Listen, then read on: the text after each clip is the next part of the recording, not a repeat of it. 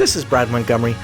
Welcome to the Successful, Interesting, and Awesome podcast, where I interview people who are, wait for it, successful, interesting, and awesome. Or at least one of those three.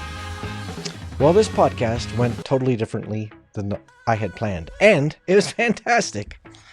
All right, so it's Brad, and I wanted to tell you that this interview with Sarah Michel was something I was looking forward to because she's a buddy. And even though we've known each other a really long time, it's kind of fun because we've both done really well.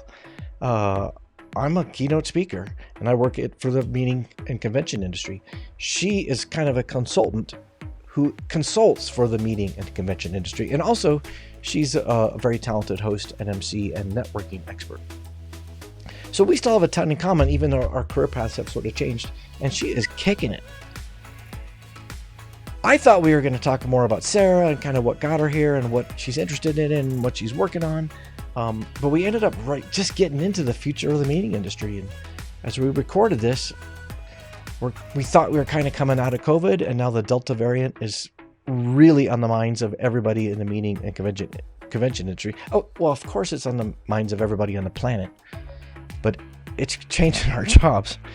So we started talking about that. And if you are interested in kind of thinking forward to what's coming, and if you are interested in learning more about what a hybrid meeting could look like and how we are going to continue to create value in live conferences, even though live conferences are just changing, well, then this is this is going to be a treat, because you're like, put your seatbelt on. It's good.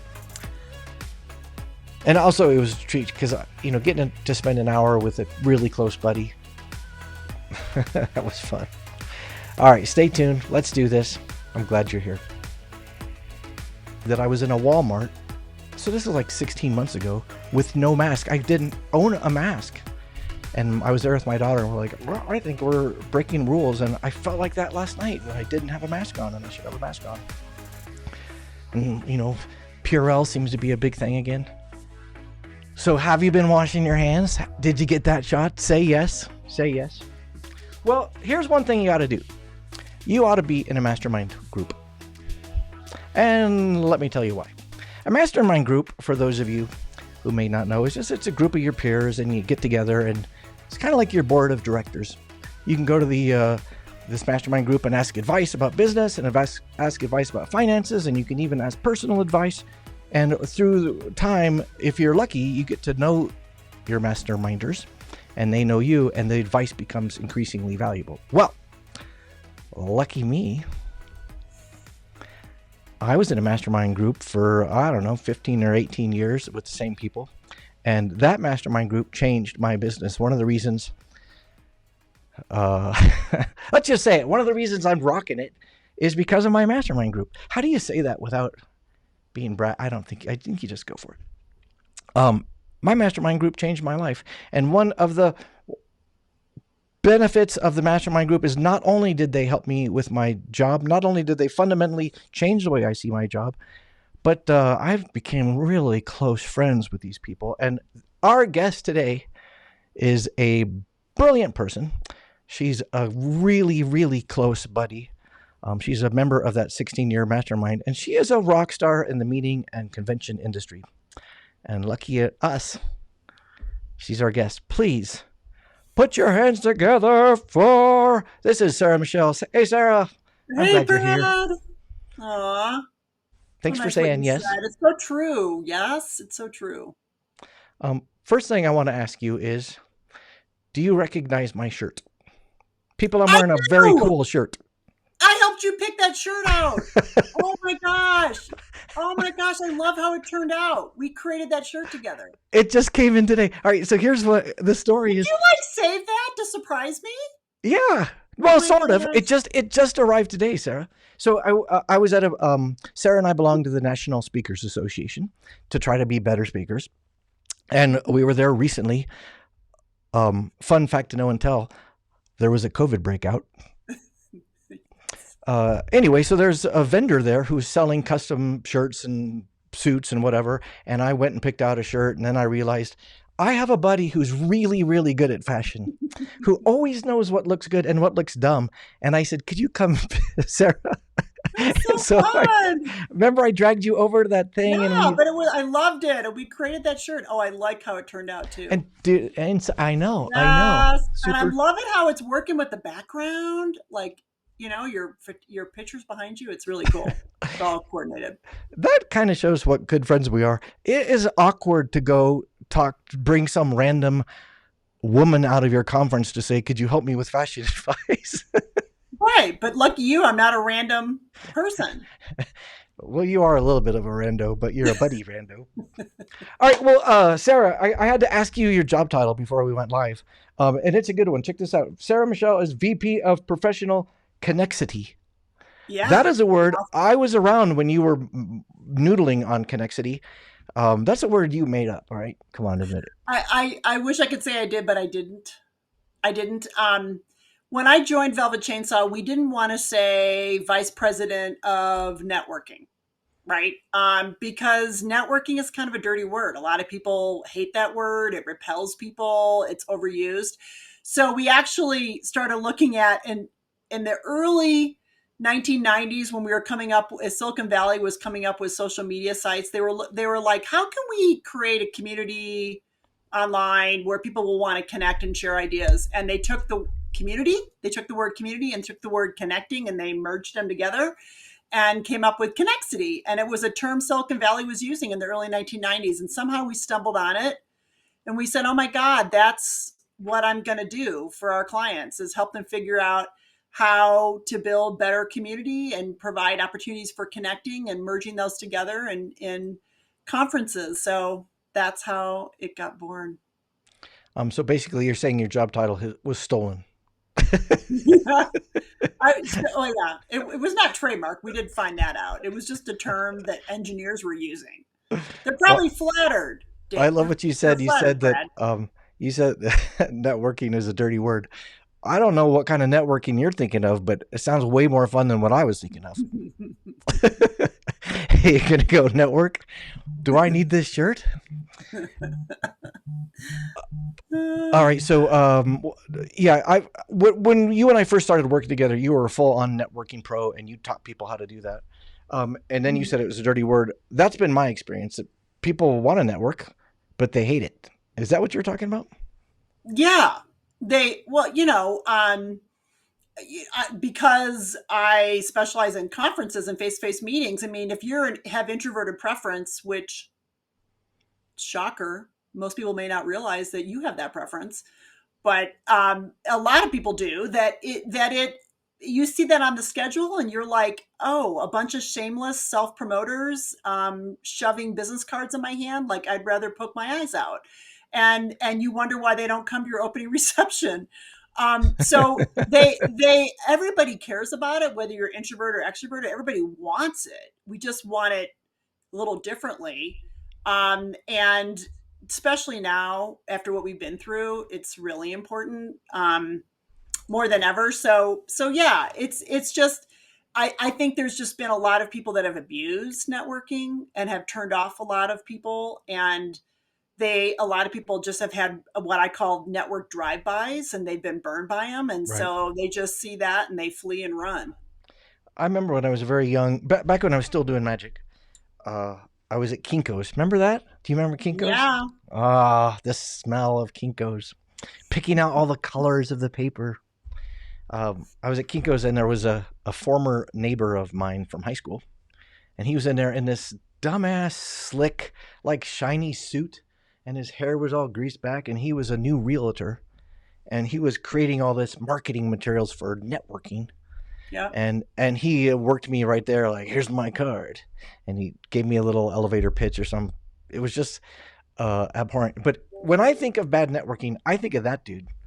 Like Hmm. thinking that he's going to wear that shiny suit and go to a networking event and somehow make a living, he kind of Yeah. missed the mark. Yeah. Yeah, and it's kind of interesting because with virtual, there is no putting business cards in people's hands. There is no shaking hands. So it's almost forced people to be way more authentic because we can smell a shameless self promoter a mile away. I mean, and run from it. So yeah, it's been interesting. to see how people have been connecting virtually and how that's changed the game. Well, let's go back a few years to you. Here you are. If anyone saw you at a party or at a conference, they would say, "This woman is the most together, confident, awesome woman in the entire world." I want to know this. Uh, Even though you teach these skills, when you go to a conference, do you ever just want to hide in your room, or you're in a big room and you want to hide behind your phone like the rest of us? Is that ever you? yeah, sure. Sure, I've had those experiences definitely. Yeah, and a lot of times, I still, being an extrovert, I still crave that kind of reflection time. And what really frustrates me too is when, if I went to a meeting where I didn't know anybody and went into a room, even as expert as I am, um, if it's not facilitated or I don't know a few people that can warm it up, I probably wouldn't stay that long. So I think Yeah. I might not have stayed that long.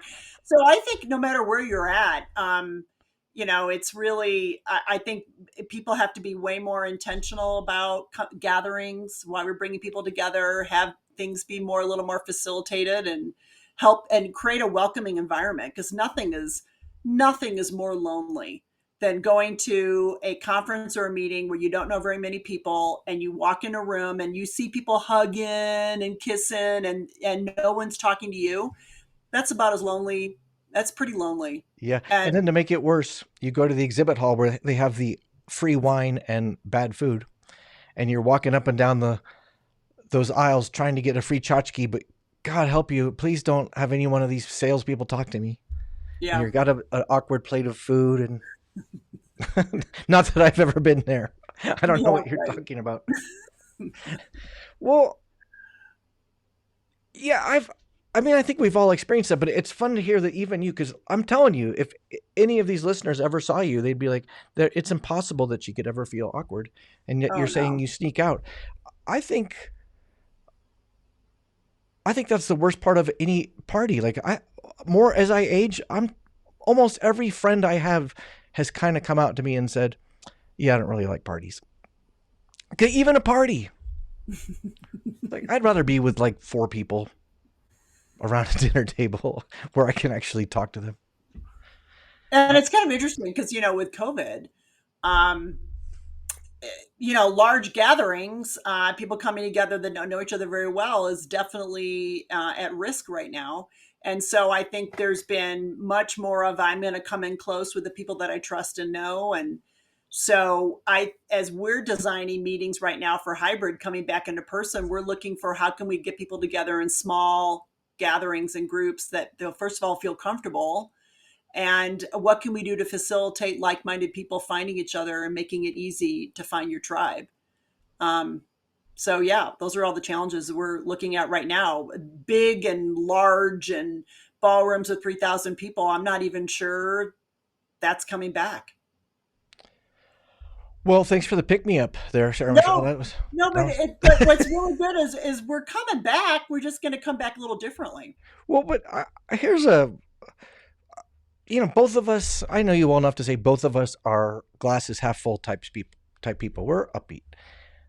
Yeah, I, this has not been a great week or 3 weeks for me. A lot of cancellations. It feels a lot like March 2020. And some of my peers and just straightforward keynoters have said the same thing, like Yeah. getting cancellations, but also our phone stopped ringing about 3 weeks ago, 4 weeks ago, and the emails have stopped. They were killing it. I was like partying. I couldn't have been more happy. And now it doesn't feel like it. So is it really coming back? Yes. So what's happening is meeting planners, meeting organizers are all wrestling with the Delta variant and where their meeting might be at, and safety of their, safety has to be first and foremost. So they're still if they didn't have a digital strategy, in other words, they weren't going to go hybrid, they weren't going to have some kind of virtual strategy, now they're reeling with what do we do in place of that. And I think there's a real opportunity, um, to be proactive. That's what I would say to anybody in that situation. Don't sit around hoping and praying your phone doesn't ring with the cancellation. Reach out now and say, look, I know this has got to be scary. I'm sure you're watching the city we're going to, and you're keeping up with the CDC.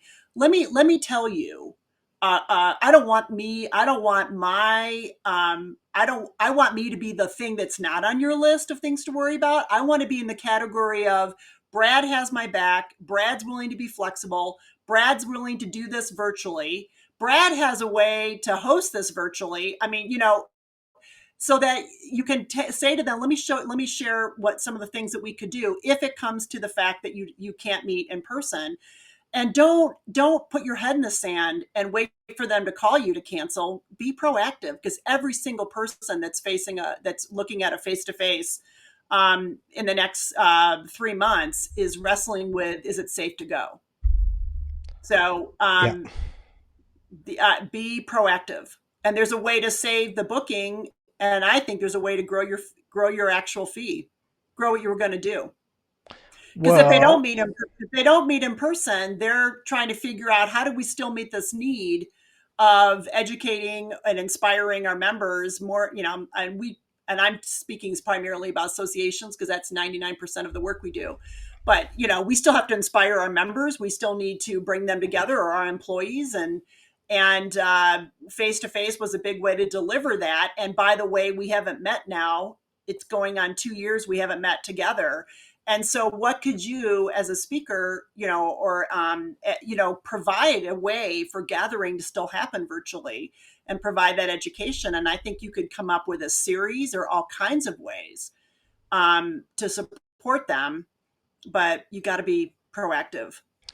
well, that advice kind of hit home because I needed to hear that because I have been at the end of last week when it felt so much like March. Um, Hmm. I was pretty much telling myself, don't curl up into a ball again. I Like that's know. how it felt. I wasn't calling any clients. I was saying, oh. So, all right. So let me ask, since I got you, I'd be foolish to say, like, what? Fees could go up? What? Yeah. I mean, yeah, I think there's well, especially if for example if they didn't have a digital strategy, and we definitely have know people that were so confident they were going to be back in person. I mean, let's face it, very few people have made money on a virtual conference. You're lucky if you broke even. I think I have one client that actually made some money. Everybody else broke even or lost money. But so now they were really hoping in 22 to get back into person, to be able to get that revenue, be able to have those sponsors and exhibitors.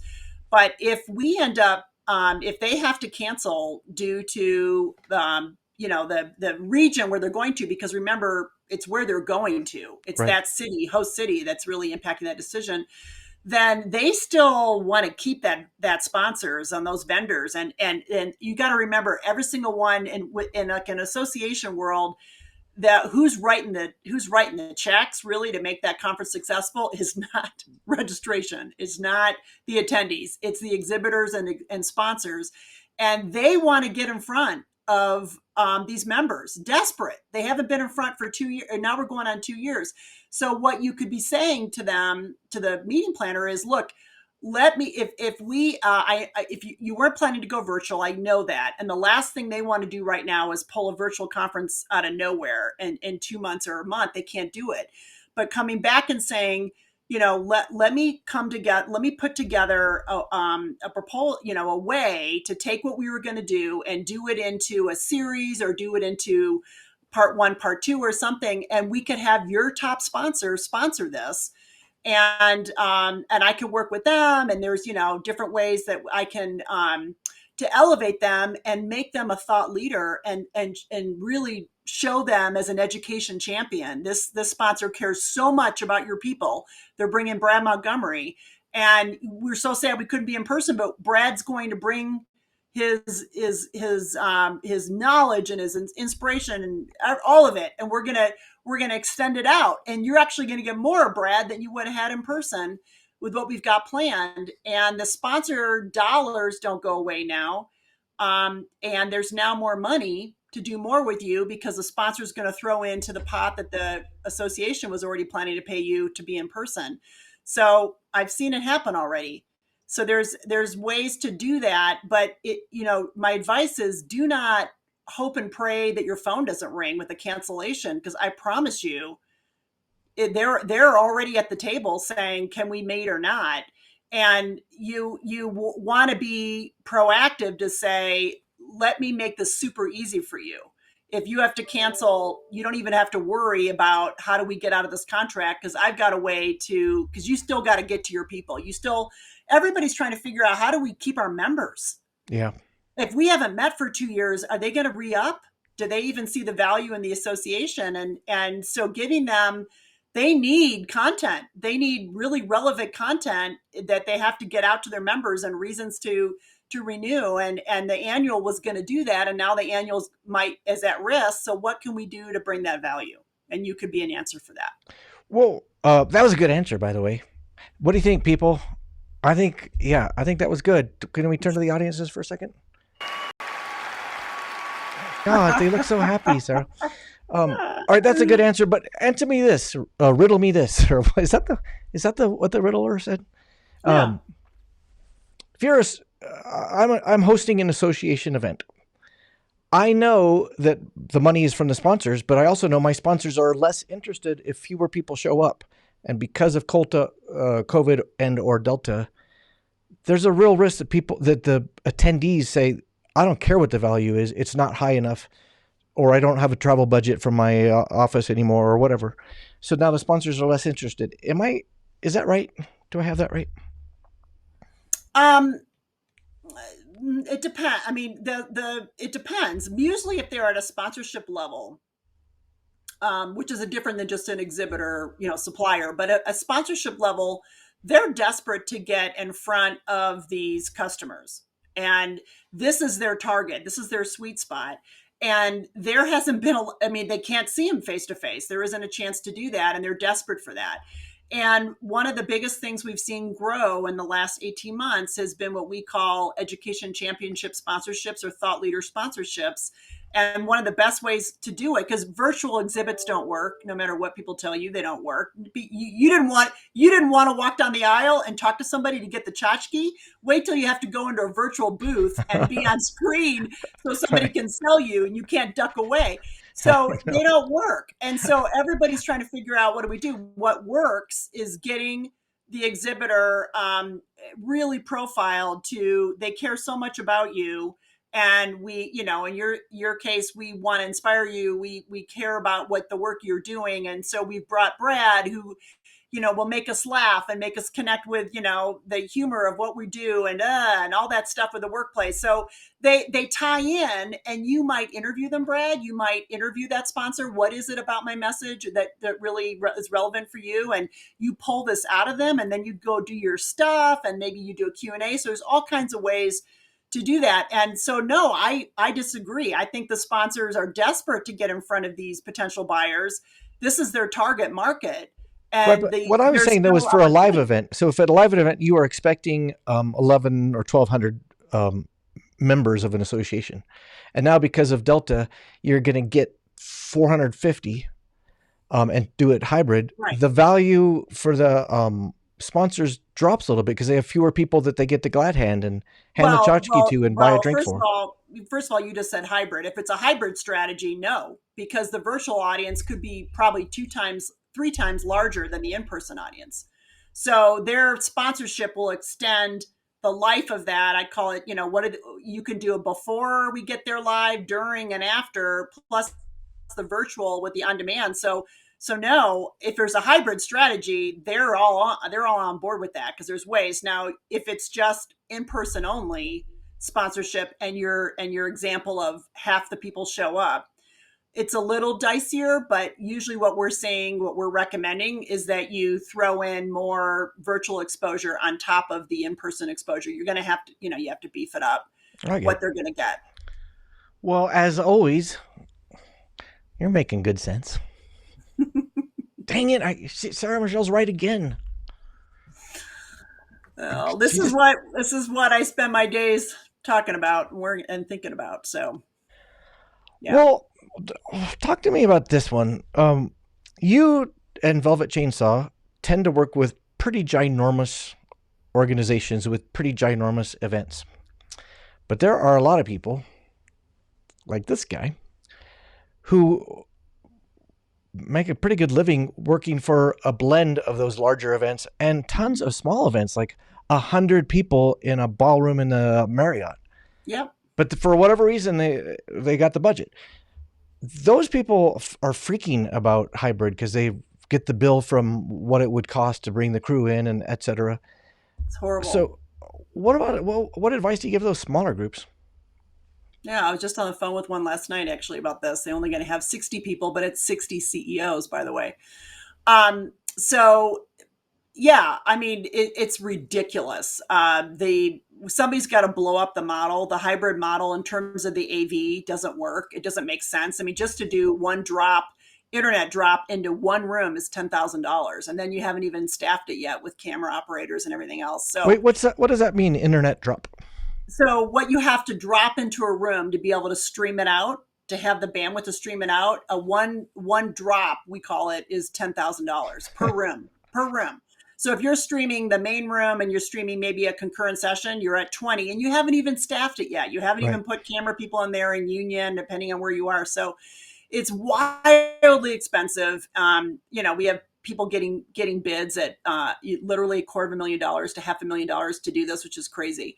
So somebody's got to blow up the model, and we're waiting for that to happen. It needs to be reimagined because it's just too expensive. And so I think there's smart people working on that, because a lot of people aren't doing it, or they're doing it one room, they're only streaming the main room general session and nothing else, and they're doing it more on a mobile app versus kind of doing Right. it was very similar to what you and I saw with NSA on a mobile app. That's kind of the cheaper way to do it. But it's still expensive. So one of the things I recommended to this client last night that was going to have only 60 people, but they know they have members that can't come, that want to participate, but for medical reasons or safety reasons, they can't come. So what I recommended is that you do what we call a capture replay. So you videotape what's happening. You don't do it live. You just capture it on video, which is not that expensive. And then you do a scheduled replay, could even be on Zoom, which would be very cheap. And you invite the speakers back into chat. Right. You can even do a live Q&A, and you schedule the replay for the virtual audience that would happen the week after or a couple days after. So that's that kind of capture and replay is the cheapest way to go. And you're still giving your virtual audience the chance to see what happened there and hear what happened there, and then have a chance to even have a personal have some interaction with those speakers.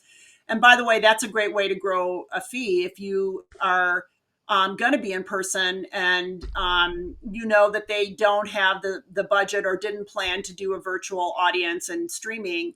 You can say, I'm okay if you want to capture me on video and do a scheduled replay, and I'll come back and be in chat, or better than that, after it's over, I'll go live and people can Q&A with me. And that's a way to grow your fee, because you're extending the value and you're coming back in for a second engagement. Got to write that one down. That was a good one. Do you remember not that long ago, people in our business did not want a camera in the room, right? We didn't want a video camera because this is what we have to sell, and we don't want them to have it and reuse it. Yeah. And now we're begging for cameras in the room. Yeah, that is long gone now. But what have you advised? I still laugh sometimes when I see speakers saying, because I see a lot of speaker contracts, and have recommended a lot of speakers to our clients, and then it's like, you can't tape me, and I'm like, do you know about cell phones? Do you realize people are going to whip out their cell phone and tape you, and we have no control over that? I mean, yeah, but having thank you for bringing. Let's talk.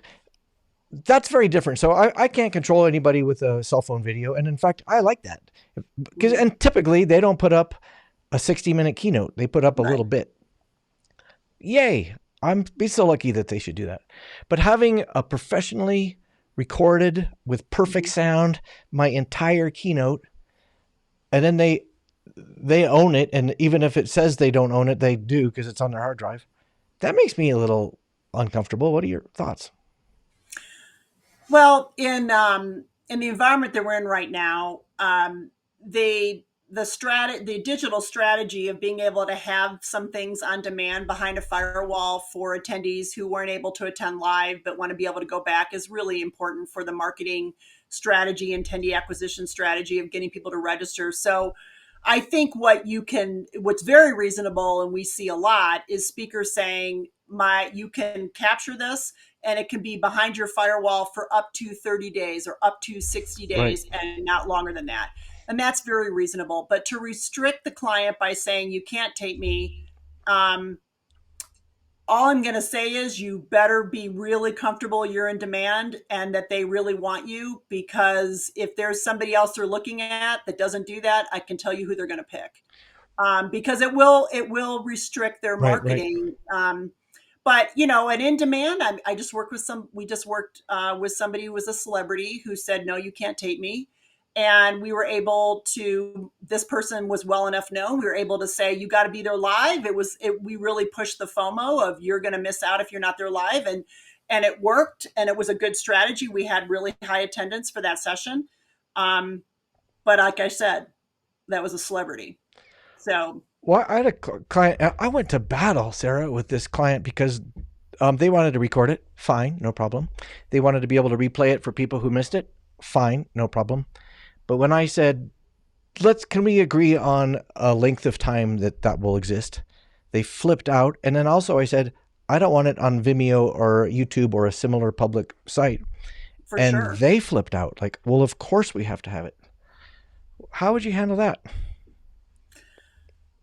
Um, uh, Right? That's I, a tough one. yeah, um, I wouldn't agree to that. I mean, I don't. I can take some speculations on who you were dealing, and the level where you were dealing. I mean, any kind of a major national association would be fine with being able to put that behind a firewall and being very okay. I mean, our contracts we're seeing with all of our speakers that our clients are booking are all saying 60, usually not more than 60 days. Some have been 30 days. Right. And again, if you really hit a pain point for that client and you are really somebody they're really interested in and it makes sense and you get their audience and their audience gets you, and then I think you can very confidently do that. But it's very reasonable to do that. Anybody who's going to put your stuff up on Vimeo and YouTube, uh, first of It all, it was crazy. diminishes their content. It's like, why would you register? Why register? I could just go watch this on YouTube. I don't have to register. So they're kind of killing their Yeah. marketing effort. That was such a difficult conversation. Was Guess that a what? while ago though? Nope. That's Oh, for an upcoming event that oh gosh. Okay. the Sorry. looks they're either canceling or going virtual because of Delta. But yeah, that was like we're duking it out over YouTube, and I'm like, what planet are you on? And they're Yeah. thinking, what planet was I on? And so we're both aliens. What other things are Yeah. you seeing people struggle with? As in, oh, this used to be obvious, and now the rules have changed, and so either meeting planners or trainers, speakers, presenters. What else are we fighting about? Well, I think you brought up a really good one about being willing to be taped and the firewall. That used to be a big problem. It's less of a problem now. Speakers get it.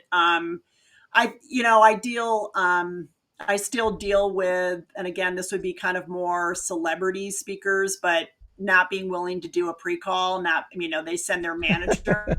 We just had that situation where the manager came to the pre-call, and we part of the contract was a promo video we were supposed to get from this person, and we spelled it out what we wanted, and what we got back was so bad and so missed the mark. We had to walk away, and because the person, Ooh, yeah. So Okay, that's good. And who are we talking about? I can't say. How about just a little hint? I can't. Initials. I can't. I Man can't. or woman. Man or But woman. Bigger the than a point bread is, box. the point is professional speakers um, get it.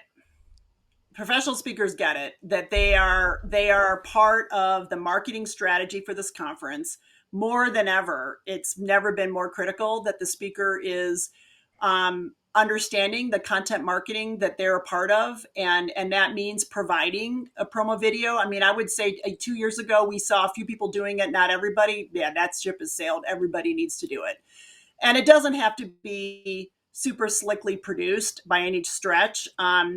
Although I've seen some lately done by actually, I'll name her. I don't know if she'll see this, but Cassandra Worthy, who's a member of NSA, did a killer promo video for my client that is like the gold standard. I've never seen one better. And she did it, she did it herself. I think she did have some help with editing support. But anyways, it's just so important that the speaker understands they're part of the content strategy, and they need to, more than ever, you need to have those pre-calls. You need to, and not just a survey. I mean, when I get, when I've helped with bookings and the speaker sends me a survey, I'm like, really?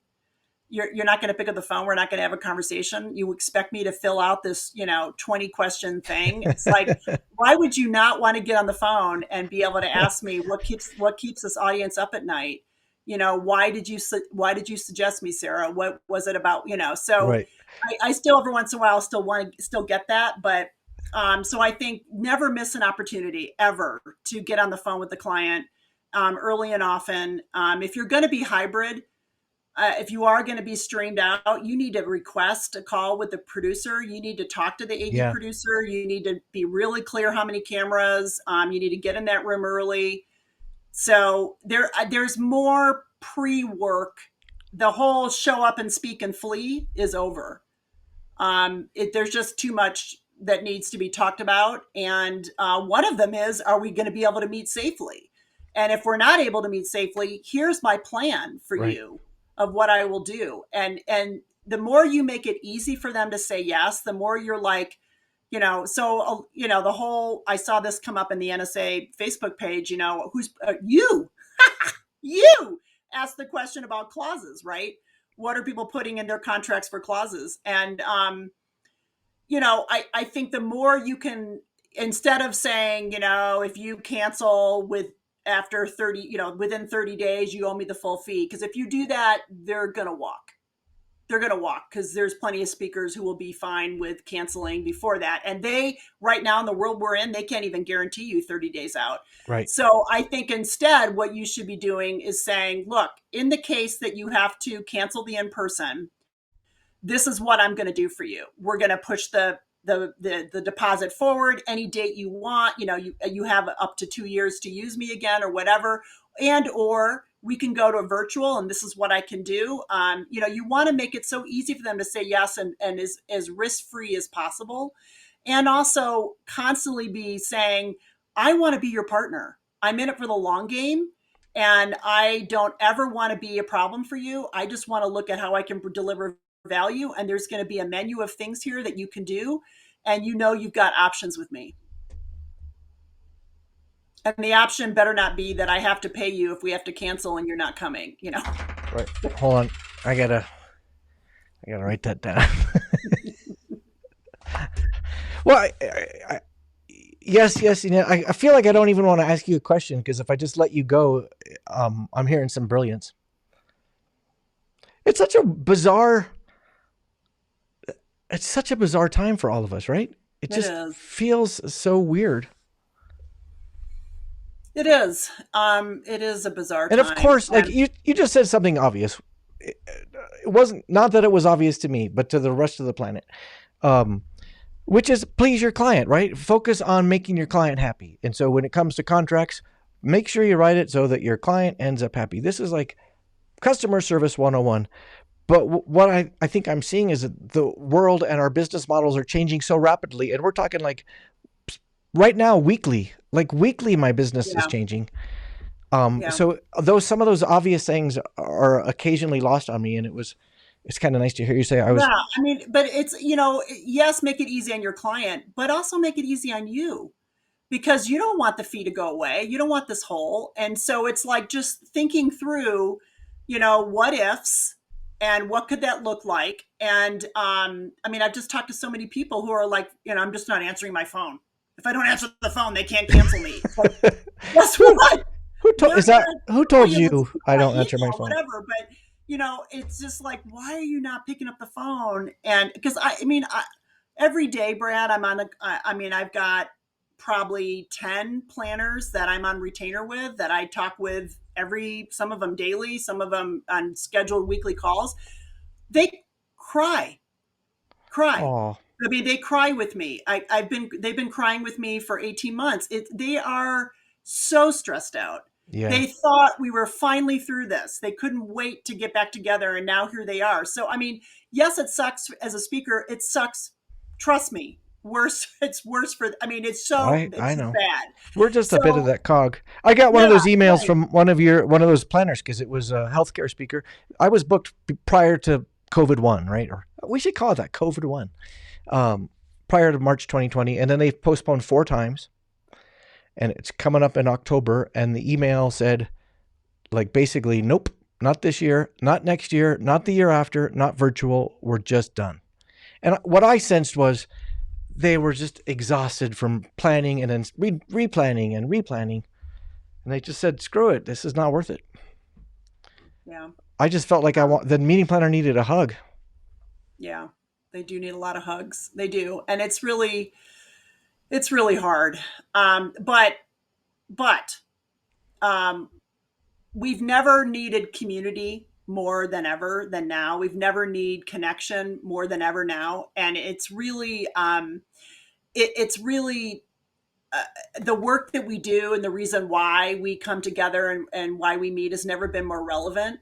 And so I think the opportunity, I mean, everybody's realizing, okay, this is bad, but just canceling is not going to be, we can't do that. We've got to come up with a way. Right. And, even if it's just we get on Zoom and we put people into breakout rooms, or we do something, we do listening tours, we come together. But, and another strategy, really, honestly, is if you're working with an association, is chapters are still kind of coming together. The local gathering, we don't have to get on a plane. We can get together in a smaller group. So one strategy could be going back and saying, look, so let me help you with your chapters. Let me help you with some of your regional meetings. You can't get together virtual or annually face to face as one big gathering. But what about your regional play or your chapter play? Take what you were going to do with me and send me on the road to go to some of your chapters and be a hero. The National Association is saying we care so much about the local gathering place. We're sending bread to you on the road because we couldn't come together as one. And so think creatively on how could you, they still need to meet. They still need to provide content. They still need to provide inspiration. All of that still has to happen. And they're trying to figure out, how do we do that if we can't come together face to face? And no, it's too late to get a platform and spend, $150,000. But what else could we do?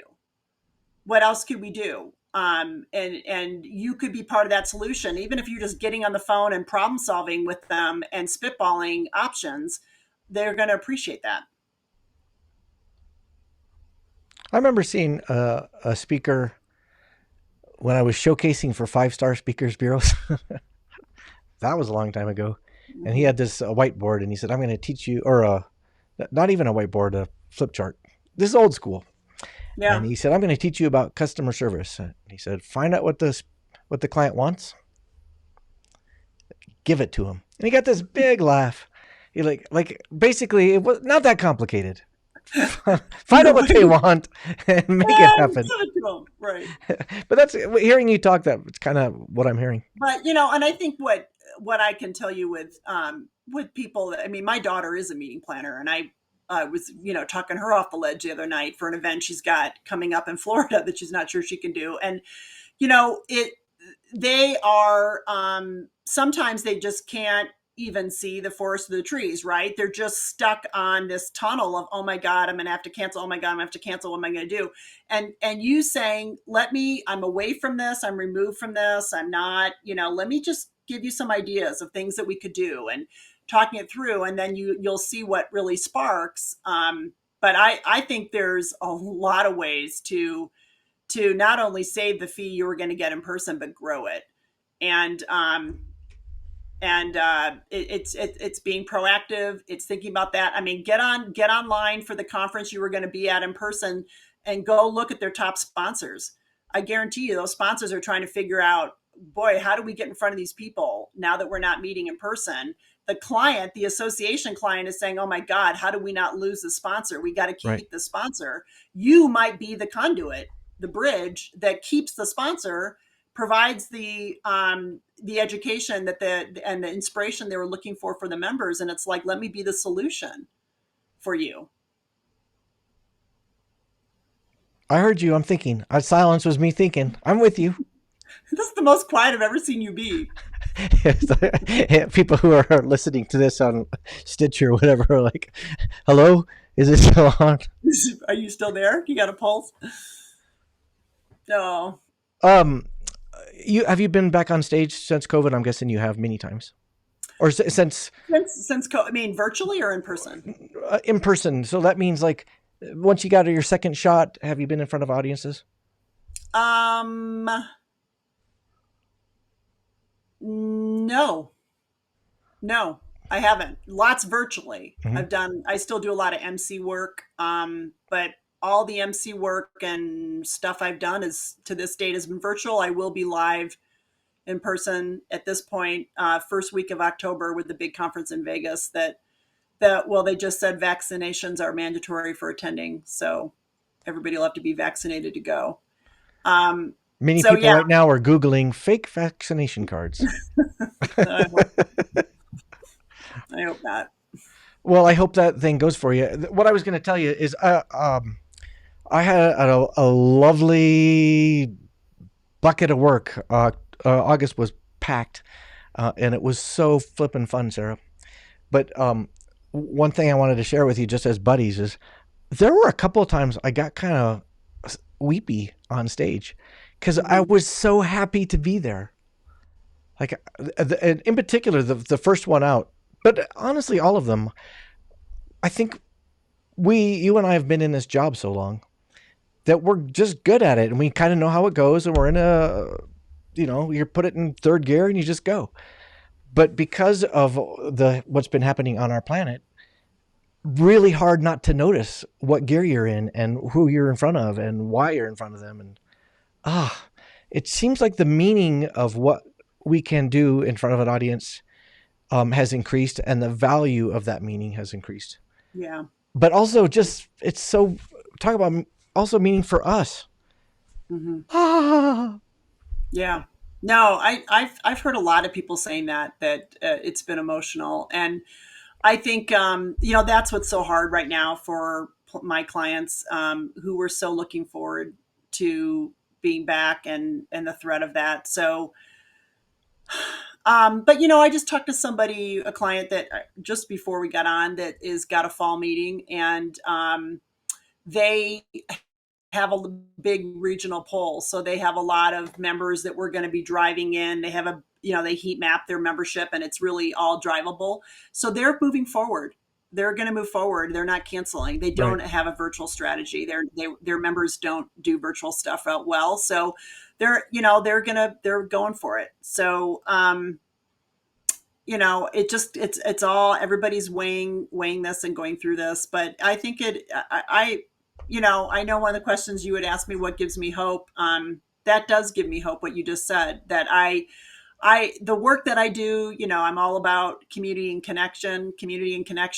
And, if people ever thought, not that I don't think clients feel that way now, but I used to feel back in the, day 10, 15 years ago when here comes the networking girl and she's fluff, and, networking was something you could check a box and say, we're offering, bagels and coffee. Can we say we're networking? We're offering reception with booze. Can I check the box now that we're networking?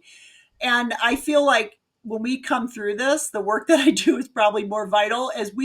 You and I were at a meeting in July together at Influence, and did you see what would happen when they tried to put us on a treadmill and it was a session after a session with a 15-minute break and a 45-minute lunch? What happened, Brad? Well, Nobody went back in the room. People yeah, were no like, one oh, gave a crap. yeah, we were in the lunchroom and they're flashing lights trying to get us to leave. So we were leaving very good general session speakers because we needed to go chat. Right. So we need to connect. We were designed to connect. We were designed for community. We were not designed to do this virtually. We were designed to do this in person, and we need it now more than ever. And what gives me hope is I know we're coming back. I know meetings will probably, and the art of gathering and coming together will never be more vital than ever. The purpose of what we do will never be more important than ever. And so I'm really hopeful of that. And we will get through this pandemic. We will get it, we will get through it. And there will be some kind of new normal that comes from this. But I'm convinced that, when I have to fight clients to say, you have no networking space in here, you don't have enough white space for people to process. And they would go, oh, Sarah, we're giving them 15 minutes. Isn't that enough time? Now they're going to be like, okay, we're listening to you because nobody's coming back in the room. So, okay, how do we do this? How do we do it? And so that gives me hope that, it's never, I'm excited about the future, and I'm excited about meetings, really mattering. And, we're all going to be better because we're going to have to really be clear on our purpose and our intention and, why we're there. And the value that we bring. And I think having gone through this experience that we've had to go through, we understand the value that we bring and what we can do. And working with sponsors and doing things like this is it's just going to help us be so much better at our purpose and our why. Mic drop. Sarah Michel. I thought you were trying to fist bump me. Oh yeah. Oh, let's do that. Let me see. Yeah, oh, this is really hard. No, you can do it. There. Oh, wait. One more time. There we go. All right. So that was pitiful. If you're listening to this, what you missed is we were trying to virtually give each other a fist bump, but I couldn't get my hand there. It was weird. It's like you did look a little bit like you have you're like a broken arm or something like that. I did. It was not pretty. I know this. I know that you have to go. Thank you so much for your time. I also know that this edition of my podcast went nothing like I planned, and freaking awesome. It was beautiful. Yeah, you told me we weren't going to talk about work. We were going to just be all right. Personal and fancy. So, I know. That proves that sometimes you're better off just saying, "Oh, this is happening. It's good. Go." But also, I have a million questions. Would you be willing to come back and do part 2? Sure. Aw. Sure. Always. All right. Well, this is Sarah Michel. You can reach her at VelvetChainSaw.com, which is, I wish I would have thought of that company name, don't you? VelvetChainSaw.com. I didn't think of it. My boss did. But Vice President of Professional Connexity. I dare you to Google that one. Hey, Sarah, you're a buddy. You're a leader. You're a thought leader. And today you were helpful not just to me, but I know to all of our listeners. So thank you, and I'm glad to hear what gives you hope. You're the package. You're the whole thing. Thank you, buddy. Thank you. Are you enjoying being an empty nester? I have to ask really quick. Well, I'm not quite an empty nester because my middle kid is trying to decide what's next. So he's home short term, but we can see it. We can see the empty nest from here. I still can't believe you dropped off Paige, little Cindy Lou who I babysat, who was this big like 5 years ago. Yeah, Sarah's talking about I just took my youngest to college, and Sarah took care of her. I had a gig, and I'm like, what the heck am I going to do with this baby? And Sarah said, I'll take her. And she was the cutest little Cindy Lou Who, just like the Grinch Stole Christmas. She was in her little onesie and the happiest little baby. I entertained her for an hour playing with Tupperware in my kitchen. Oh, Like, happy. what a coincidence. For Christmas, we bought her a bunch of Tupperware because she just sits there, plays with the lids. She's not that smart, but man, she loves Tupperware. Hey, everybody, check her out. Sarah Michel. Again, VelvetChainSaw.com. Oh, thank you for being my buddy. Thanks for saying yes to this. And we barely got started, so I'm going to follow up with your permission. Maybe in a couple months or something, we can come back. Sure. I hurt you. I hurt you too. Stay with me, Sarah. Everybody, keep washing your hands. Dang it, go get that shot, and we'll see you back here next time.